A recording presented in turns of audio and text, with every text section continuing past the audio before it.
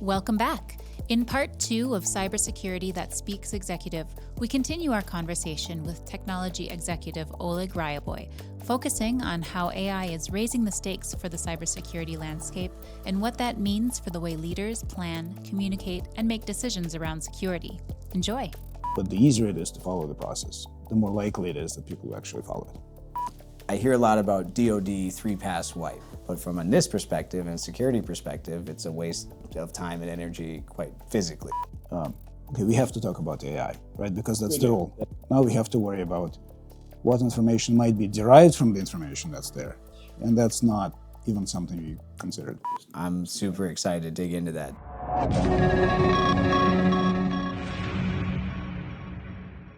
If we're selfish about the data destruction topic, I don't want to totally just make that the only priority, but I think we check boxes by providing certificates of destruction. From our perspective, we know there's value in that. It's compliance, it's without a doubt something that adds value.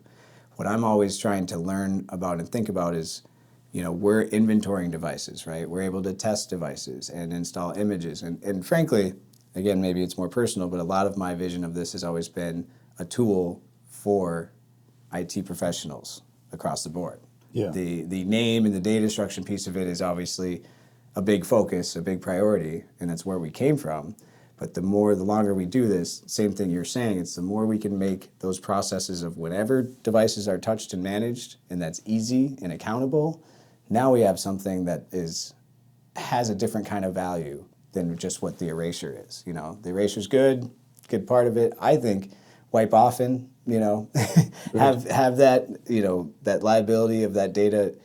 Once it's gone, and that just reduces those risks. So I think if I'm getting to a question, it's more about beyond the erasure piece. When you think about that process of that laptop and different things, like you said, the ease of use, I'm hearing loud and clear. Are there things, I've made assumptions about assuming that the inventorying of the device is really valuable for the tracking and things.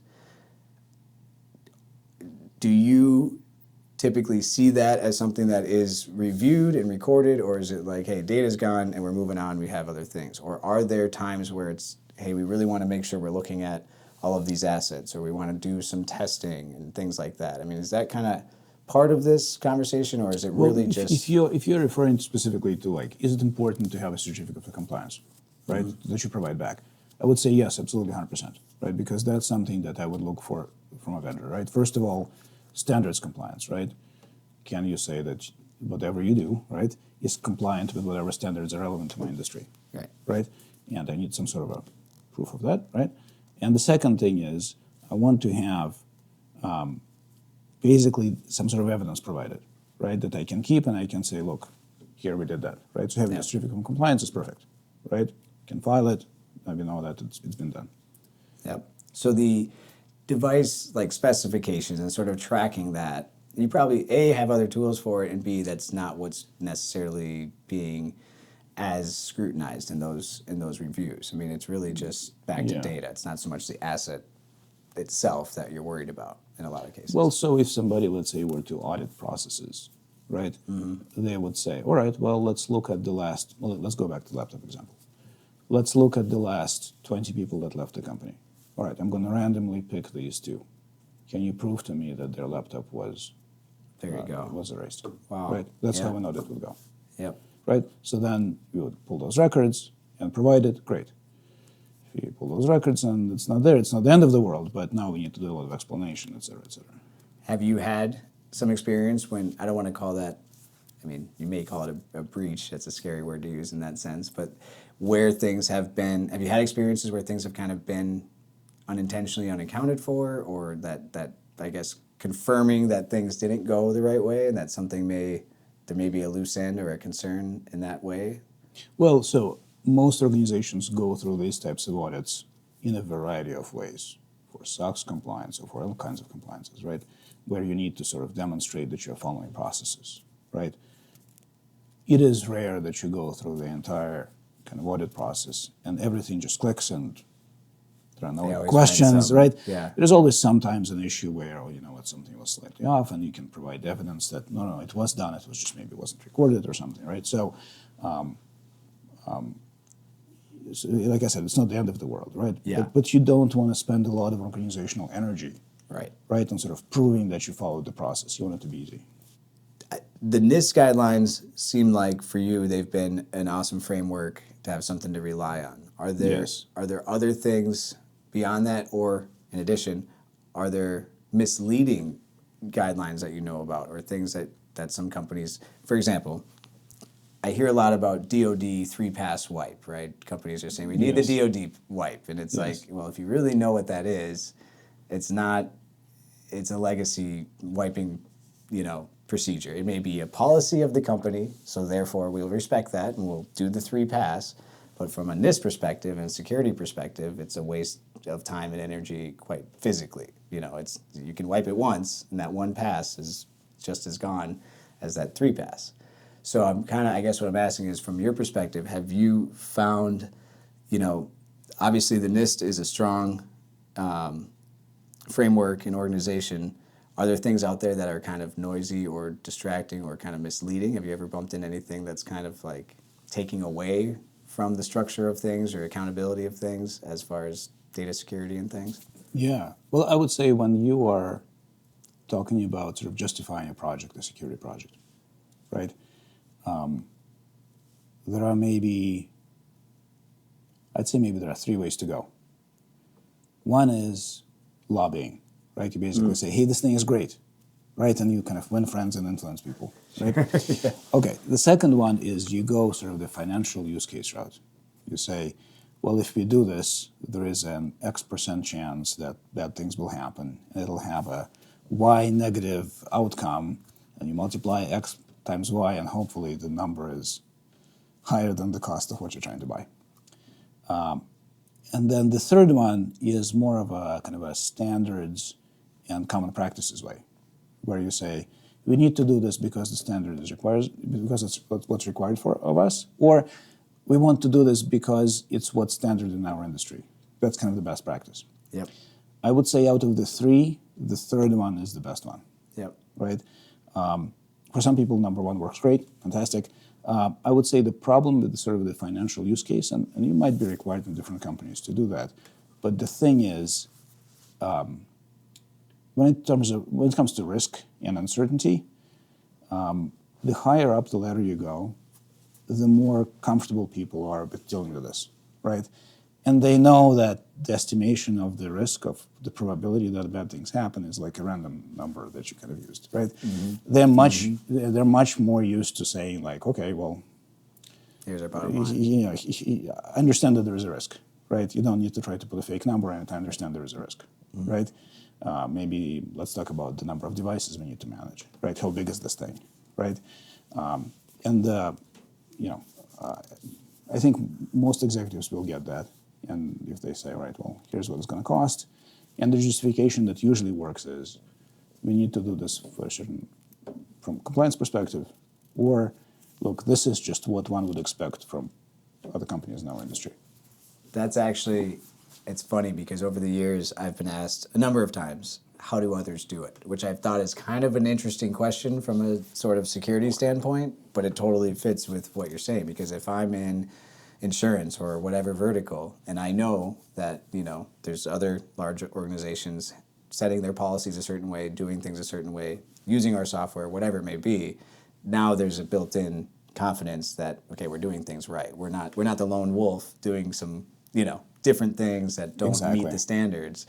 And it's funny because it definitely tells me a lot about, there's not a lot of competing solutions in our space, and there's one that's been around the longest and is the biggest. But it makes sense, from that perspective, companies are kind of going to go, we don't want to take any risks on anything. And when you zoom out from a financial investment sort of perspective, it's not about the price at all. It's who's got the best reputation, who can we really depend on, or who has done the most business and had, the fewest consequences, which, shameless plug, I will say, we've never had any sort of data breach or anything happen around here. Yes. We wouldn't be here if that were the case, which is one of the things I appreciate about, being in this space. It gives you, over time, it gives you a lot of credibility, and you don't have to try to prove yourself like you do in other industries and other, different things where we've got the fastest, coolest, nicest looking thing. Yeah. It's more about, no. Your reputation does speak for itself because technically you do what you say you're doing. There hasn't been any, catastrophic events. There's nothing in the headlines. Which is also where I get, again, sometimes with these, like I said earlier, the shredding practices and some of the stories we do see in headlines around where things go wrong. It's amazing to me. It's amazing how few the policies change, how the accountability doesn't really happen. I mean, it's our data at a certain point. There's been these breaches that are financial and medical and different things, and it does feel like there's a slap on the wrist in a sense. Like, sure, fines were put out. People may have been fired here, but from like the big picture of it, it's amazing that there isn't a more clear enforcement, I think, or organizations that are, monitoring it like we do with criminal activity in a way. Yeah. You can't get away with stealing medical records, but if somebody has a data breach of them, well, they get a fine. I don't know. Anyway.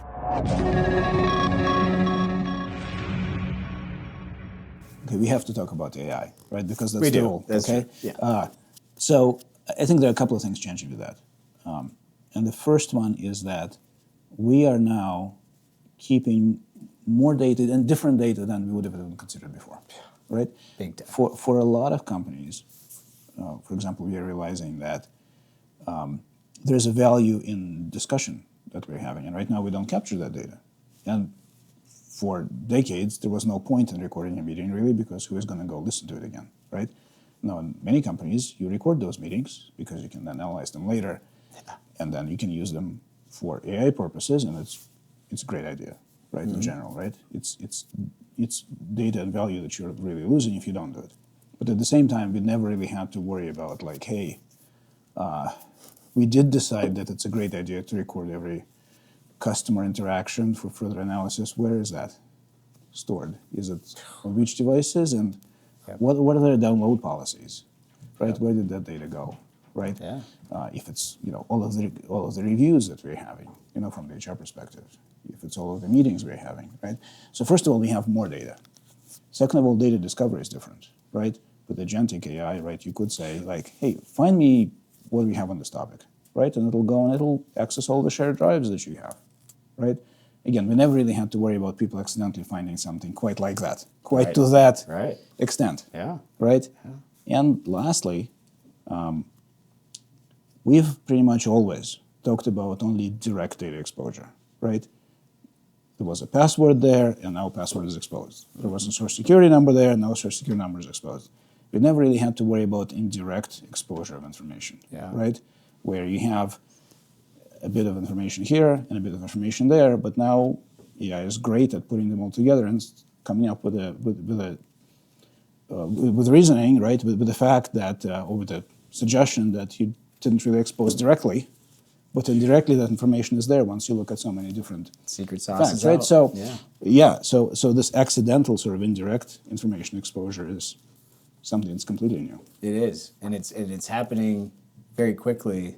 I mean, all of it is, but the way I think the data is being utilized, because I know I'm using some of these tools and playing around with them in some senses, but there's those times where I'm like, oh, wait a minute, if I enter this into whichever tool, I'm submitting it to everyone sort of blindly, and if I use the wrong terms and I'm talking about our company or clients or anything, I mean, it's too easy. It's just like way too easy these days with AI tools to just throw out super valuable information in a way that I'd say even a year ago it wasn't as easy for someone to just they'd Google things or research it. It's happening more locally or whatnot.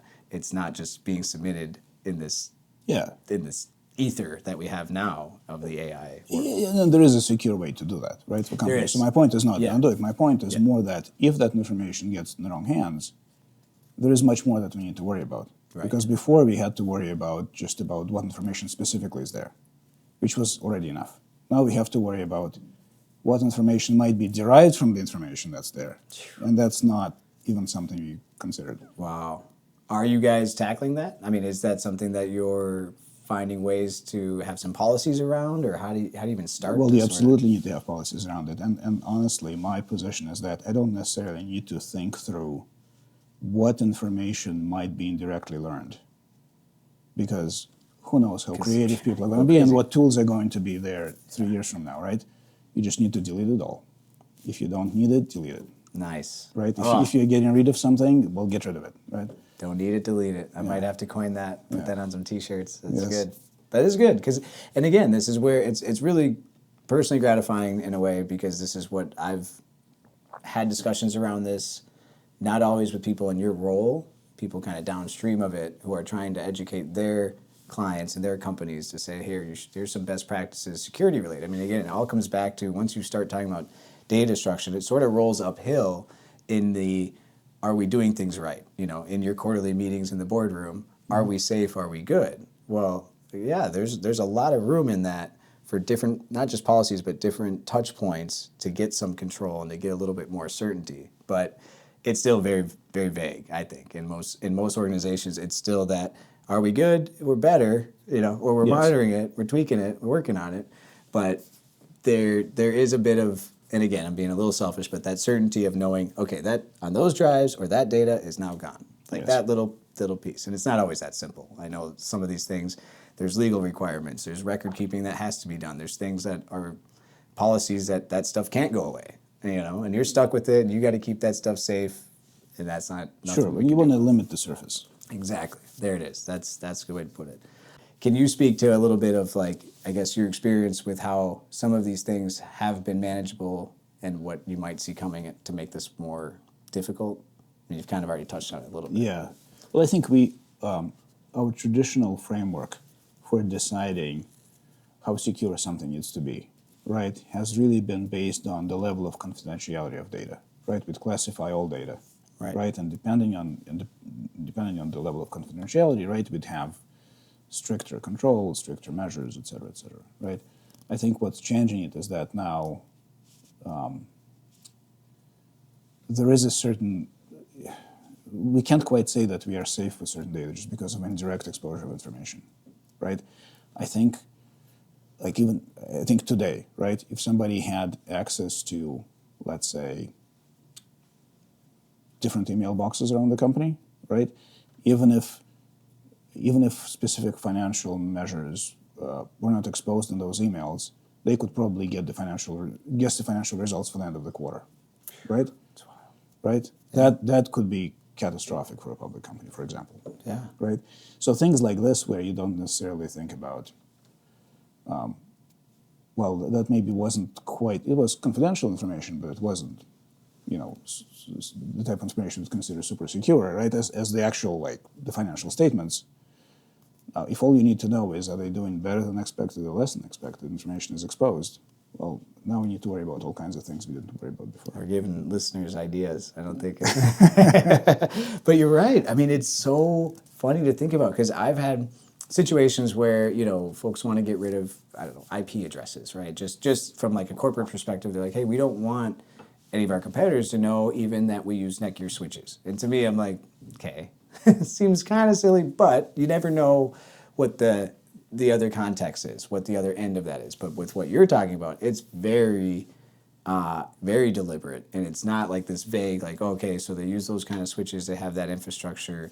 We know something about them. This is like, again, we can see what they expect to show on their quarterly earnings, stock prices, relationships with other companies. I mean, it can just very quickly snowball into, I mean, the sensitivity is one thing, but into actionable data that can really affect things. And it's kind of haunting to me, because we know, if we're honest about it, this stuff is going on. You know, if there's data out there, people are finding it. And you know, and they're doing, and there's nefarious actors, that's part of the game, you know, and it's very, I don't want to say troubling, because I do think, you know, there's smart people managing this and being on top of it as much as possible, but I do always picture that guy in the black hood, you know, in the mom's basement, and he's got access to things. And, well, if you're talking about fears and worries, the other thing that worries me is that, again, for decades, we had underemployment in our industry,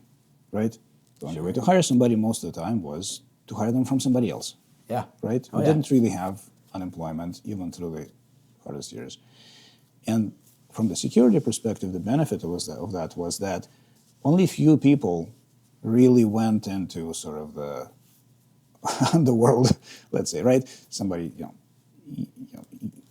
teenagers that are very technically inclined would try to like experiment with something, right? You could have those, or you have some other folks that are trying to do something. You have folks that want to do it just because that's what they like to do, right? But for most people, they could find gainful employment really easily, right? And so we didn't really have that many people for the cybersecurity criminals to sort of hire, right? Because the job market was so tight. Yeah. And now the job market is loosening up, and that really worries me. It makes sense. Not only that, my other thought is the accessibility of these tools. I mean, it's so much easier. You don't have to be as technical anymore to be a nefarious actor, right? I mean, there's more at your fingertips, I think. Again, I don't want to give listeners ideas, but these days, you don't have to be nearly as smart, I don't think, to go out there and try to find data and do things that can be considered breaches or considered nefarious again. Well, for the longest time, right? The people that are using those tools, right? The cyber criminals were often not necessarily people that created those tools, right? You'd get a tool from somebody else, you'd reuse it, right? Modify it, just so that maybe it's not as recognizable, but modify it in a very minimal way, right? And also a lot of the ways we protect against those tools was pretty much based on that idea, right? That it's going to be something that we've already seen, maybe modified minimally, right? Wow. Yep. Well, now it's easier to modify them in a pretty major way Yep. by using AI, right? Yeah. And it's going to be much harder to recognize. Well, this is kind of a random current event thing, but I heard a story yesterday about an AI agent that basically slandered somebody that was doing a open source project, and the AI agent went ahead itself, wrote up a whole smear campaign, just destroying this poor guy, kind of personally and professionally. Went and got all his background and all of his stuff, and wrote out all of these things now. And it was and this was, somebody was behind it to put it in motion, right? Somebody kind of created that bot. But thinking about the fact that now we're in this world where like there is this intelligence that is doing things, and it keeps getting better and smarter and faster and more powerful. I mean, it's definitely unsettling, but I do have confidence that at the same time, humans kind of built this infrastructure. We should be able to kind of reel it in and kind of keep a handle on it. You're smiling, but maybe there's some hope for us. But no, very good, man. This is really a lot to think about, and I think this whole subject. I'm always getting brought into these discussions around cybersecurity that aren't necessarily, frankly, I'm not qualified to have in a lot of ways. The NIST framework. That's qualified. That's a guidance. That's good stuff, and I am going to dig into that a little bit more and really dissect that. But I think it's really valuable, especially in this environment that we're in, because I get asked a lot about best practices and different things and what else everybody else is doing. And so it's good to know that that is a norm and that is okay to kind of lean into. Yes. So Oleg, you're awesome. I really appreciate you being here, honestly, because this is the kind of stuff that it's not readily available. Like without your experience and your background, if you were to show up at the door and we had this conversation, whatever, I'd kind of, those seem like good ideas. But the fact that you've been in it and you know it and you've lived this, it's amazing. It's awesome. All right. I appreciate it. You're welcome. Awesome.